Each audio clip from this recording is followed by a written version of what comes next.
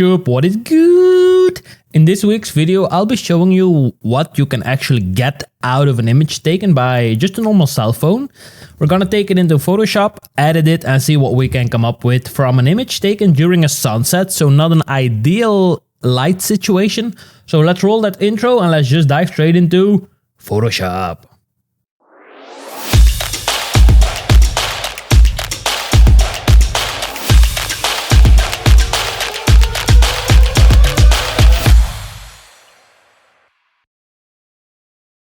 So first I'm gonna be showing you some images created with the phone. Don't forget it's a Huawei P30 Pro. So I'm gonna be showing some images just taken with the phone during our workshop at the Lommelse Sahara with the awesome Emilie. So these are shots taken direction towards the end. So the light we have been using for these images is the ELB 500 from Elinchrom, which is a TTL based battery powered strobe. It has 500 watt seconds, a little bit more. And we have been using HSS, high speed sync. Yeah, you can see some ducks. So this will probably be the image I'll be retouching in this video. But just, yeah, like here you can see we've used the sandbag, we used a tripod, and as a modifier on the strobe, we have been using the Rodalux, the portable Octa, or the Maxi Spot. When we say the Maxi Spot, it is actually an open reflector, a really big one, which lets you get the maximum power output out of the strobe. Because it is a high density reflector, that means with the silver lining inside, it gives at least 3 stops of power more in comparison to a normal octabox. So this one, and then the ducks again. So, but here you can see she's moving around because these are taken while the other photographers are actually taking their turn from the workshop. And I'm just capturing the moment. I've also got a little video. I will be putting that after this little slideshow, so you can all have an idea what has been going on during the event. So let's roll that little video now.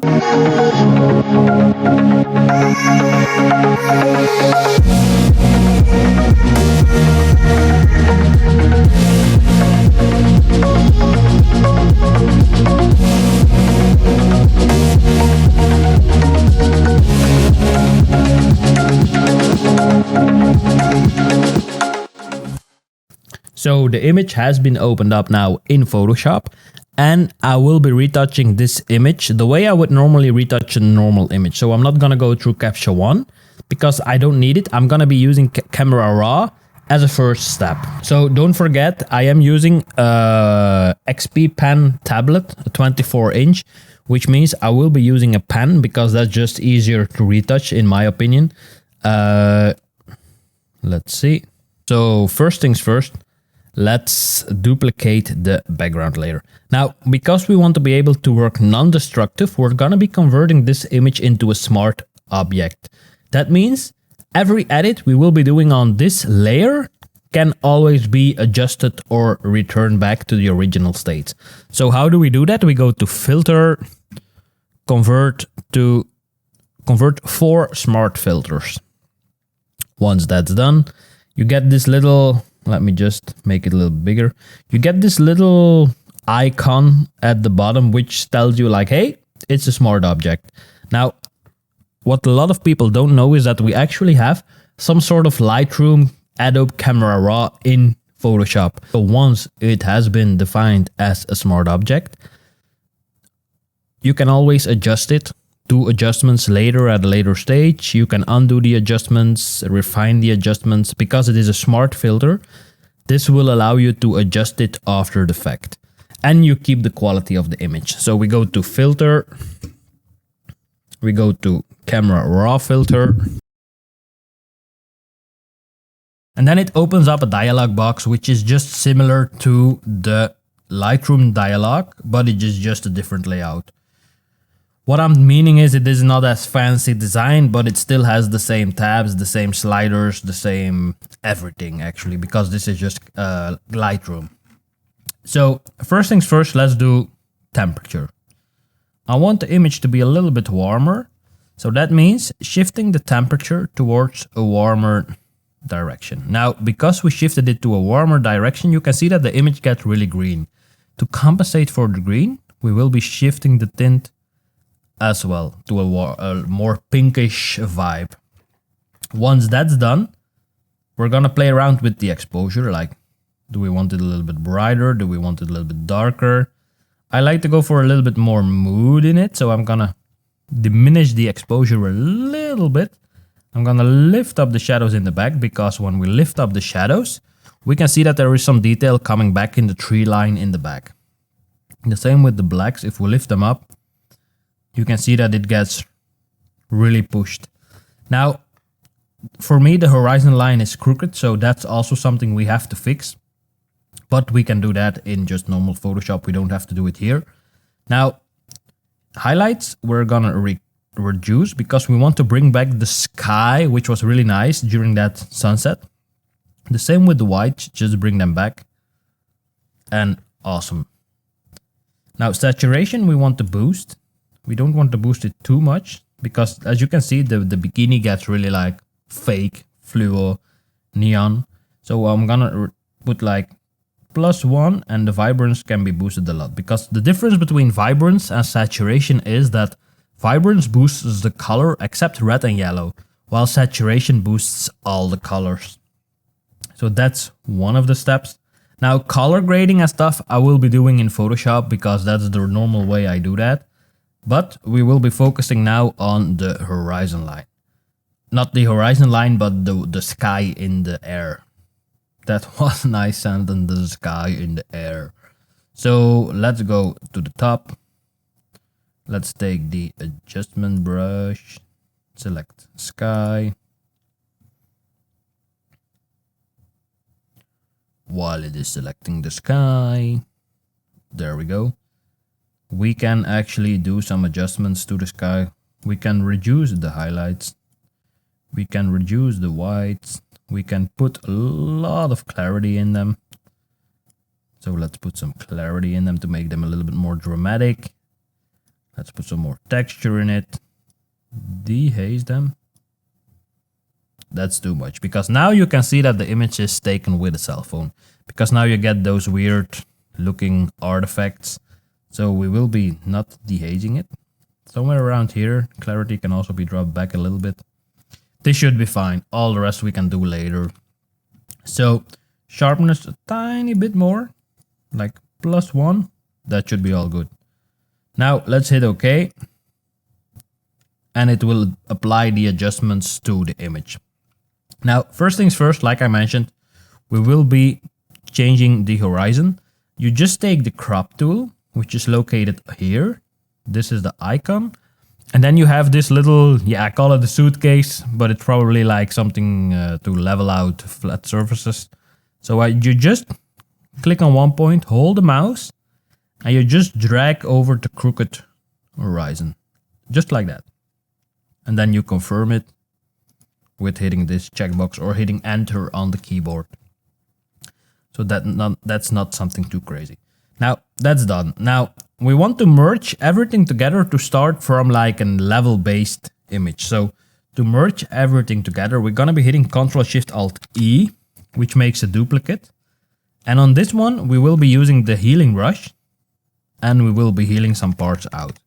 So you just go over the items that bug you. Don't think about it too much. Of course, we have to keep the models. We have to keep the model the way the model is. Then we can, with the navigator, we can just slide through the image. Like these things are natural, so we're just gonna be taking them out. I'm not removing any bird marks or stuff like that.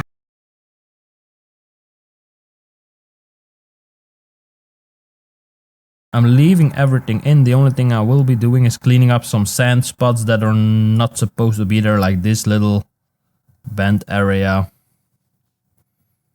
Then we scroll up, and that is already it. Now here we have some sensor dust or birds, might be birds, but let's go with sensor dust. The same here. even though on the phone sensor does, probably not. Like this piece bugs me a lot. With a healing brush, you just make it bigger and you just go over it, done, never existed. Now, ideally, there would not have been any footsteps on there, but because we were with a big group, it's always difficult to like have people not walk near the model. Also for measuring light, you have to be really close to the model. So if we see what we have done so far, it is already completely changed. Now, the next stage at this process is doing frequency separation. Now, frequency separation, what it does is it splits up the texture and the color into two separate layers, which allows you to work just on the color or just on the texture. So for this, I have an action. If you just Google frequency separation online, you will find more than enough free actions. I've got mine, so I will be running it. Now, the question I get asked a lot is the median. If the radius, like Gaussian blur median, how much do we have to put in here for the radius? The amount you put in here should be enough to eliminate the texture you want to be handling at that moment. Now, it is okay to run different frequency separations for different parts of the image. Because it's an action, it's just hitting that shortcut, it runs it, you merge everything together and that's it. So for this, let's go with not that high, somewhere around 4-ish should be fine. And now we have, let me just make this a bit bigger. Now we have a color layer and a texture layer. Now on the color layer, we can use a mixer brush. And a mixer brush lets you push colors from one part into the other part. This allows you to actually change the way transitions happen between shadows and highlights. So when we are talking about shadows and highlights, with the frequency separation technique, you can totally mess up the entire image. You can transition shadows, highlights from one to another, but it also lets you take out a shape of a face, a shape of an arm. So be careful when using this. There are a lot of YouTube tutorials out there. Just go check them out if you want. I can for sure leave a next video about it and a more extensive video about it. Did you already try it on your own frequency separation and what was your experience? Feel free to let me know below. So now back to the image. So the frequency separation, I'm gonna be taking a mixer brush and it has the settings 20, 20, 20, 10. And then I'm just gonna push some colors from one area into another. Now, just to show you, like, if you do it like that, now if you do it like this, you can see that the arm is completely left without any three-dimensional feel to it.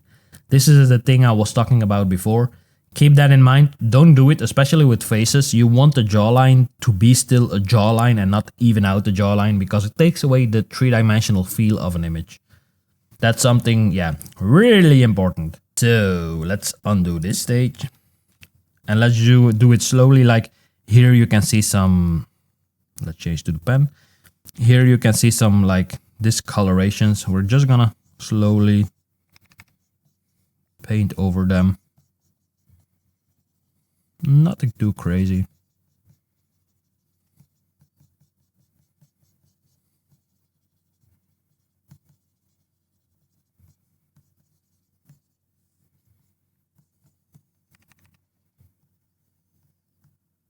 So we're just pushing colors from one area into the other.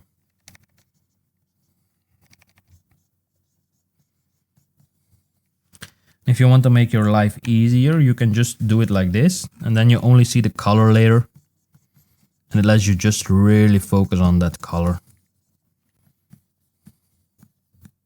Now, if you don't see anything changing, it is because you have used the wrong radius while using the blur. So keep that in mind. And then just rerun it. Like if I do before, after.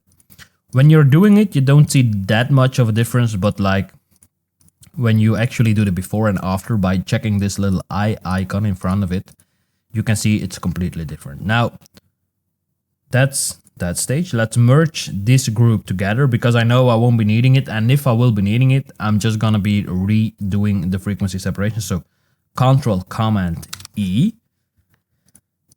So if we see where we started, where we are now, little progress. Now the next step will be dodging and burning. Now dodging and burning is nothing more than making things brighter and making things darker. Create a new layer, go to Edit, go to Fill and fill it with 50% gray. Change the blend mode to soft light and hit OK. Change it to soft light. So now when we paint with black, we will be making things darker. If we paint with white, we will be making things brighter. So for instance, the arm, make sure that you have a soft brush with a low flow. So with flow, we will be using around a 1% flow, and we're just gonna be painting the shadows that are already there. We will be emphasizing, and we will also be emphasizing the highlights. So with the letter X on the keyboard, you can change between foreground and background color. And with the letter D from default, you will be resetting the colors to black and white.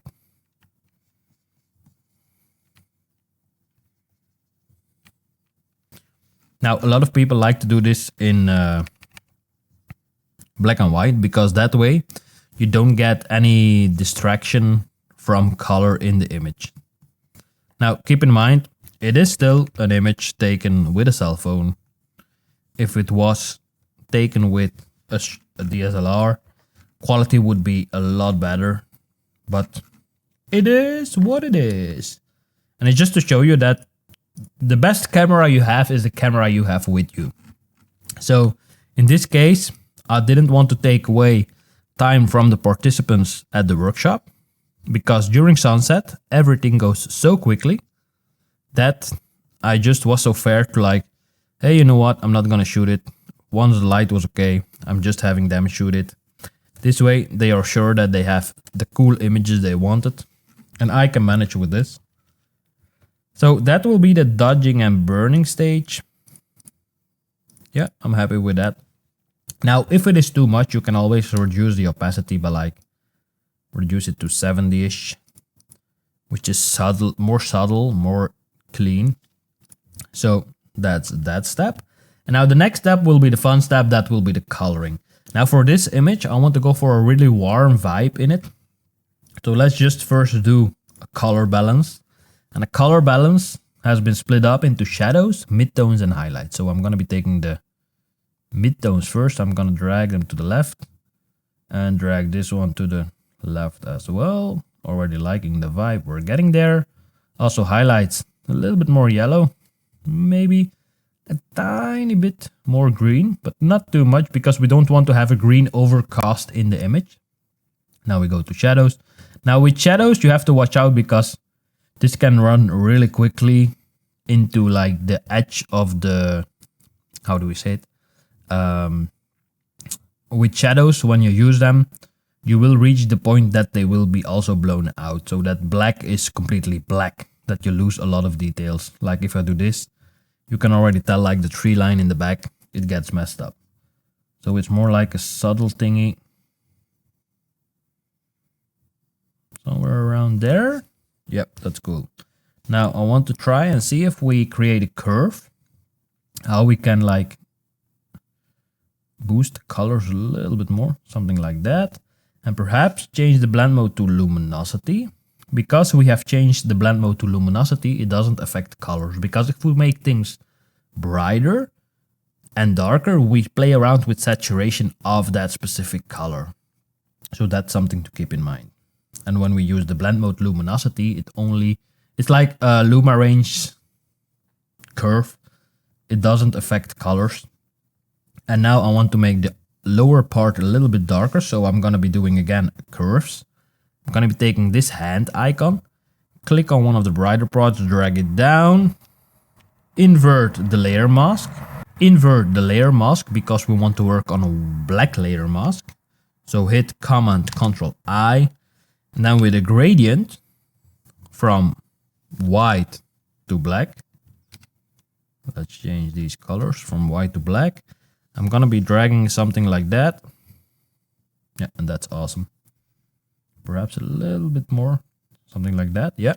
So now you can see by just enabling and disabling this layer, you are taking away the attention from the foreground and putting it more back on the model. Now, an important thing to keep in mind is when we have this layer stack, all the adjustments we've done with lights, like lighter and darker things, we want to have them under the color adjustment. So we're gonna drag the color balance to the top, because this way the shadows which were made darker will also be colored with the pink we put in them. Still with me? Not too much, let's hope not. So this is a completely different image. Do it here, change it black, back to panel options. Let's change it back to the small one. There we go. It gives a little bit better an overview of what we've done so far. So we started here and we are already here. Now we did this, but we can also do the opposite. We can actually use this the opposite way so that we make the model brighter in this case. So let's do another curves adjustment layer. Take the hand, drag it somewhere on the model, drag it up, invert it, and with like the lasso tool, where is the lasso tool? There it is. We're just gonna be like making some sort of natural light around it. Then we're gonna be filling this up with white. So let's fill this up with fill white, and don't forget to make sure that you change the blend mode to normal. White, okay. So now you can see this looks like, yeah, it doesn't look good. So we want to double click on the layer mask and feather the selection out like a lot. Something like that. Yeah, cool. But now it's too much in my opinion. So I'm gonna be lowering it somewhere around there. And that makes a really nice balanced image. Now what I could do is try to get some more bluish in the sky. So to get some more blue in the sky, we will be doing again another color balance. We will be reducing the reds, introducing the blues, perhaps a tiny bit more magenta, something like that. But now it is on the entire image. We don't want it on the entire image, we just want it in the sky. So again, we're gonna invert this layer mask by hitting, do you remember what shortcut? Control-Command-I. And then with a brush, I'm just gonna be like, with a flow of 30, 1, 2, 3. Just make sure that you don't hit the arm in this case. There we have it. So before, after. Now if you want to really boost it and put some more contrast in it, you can use these blend modes. Or color will also work. But for now I'm gonna just leave it at normal. But totally digging the vibe. And now, after the fact, you can still like adjust it. Like you can do like highlights. I want the highlights to be a little bit more bluish. Not too much. But as you can see, you can go crazy with it. It really depends on what you like. Because for me, this is too much. So I'm going to be lowering the opacity of the layer. Somewhere around there is just awesome. And yeah, that's it for this retouching. So if we compare it like before, after, it's a completely different image. Now, feel free to let me know what you think of the retouch. So that's about it for this little retouch. So as you can see, an image taken with a phone can still get a crazy amount of retouching. Now, it depends on the quality of the phone, of course, which is logical. But you can take a normal, regular image and give it just that little more, bit more pop. Like if we compare it before and after, it's a completely different image. So that's about it. Now, if you're interested in some workshops we have planned, go check out the website. I will link it below. And then I'll see you when I see you. Ciao, ciao.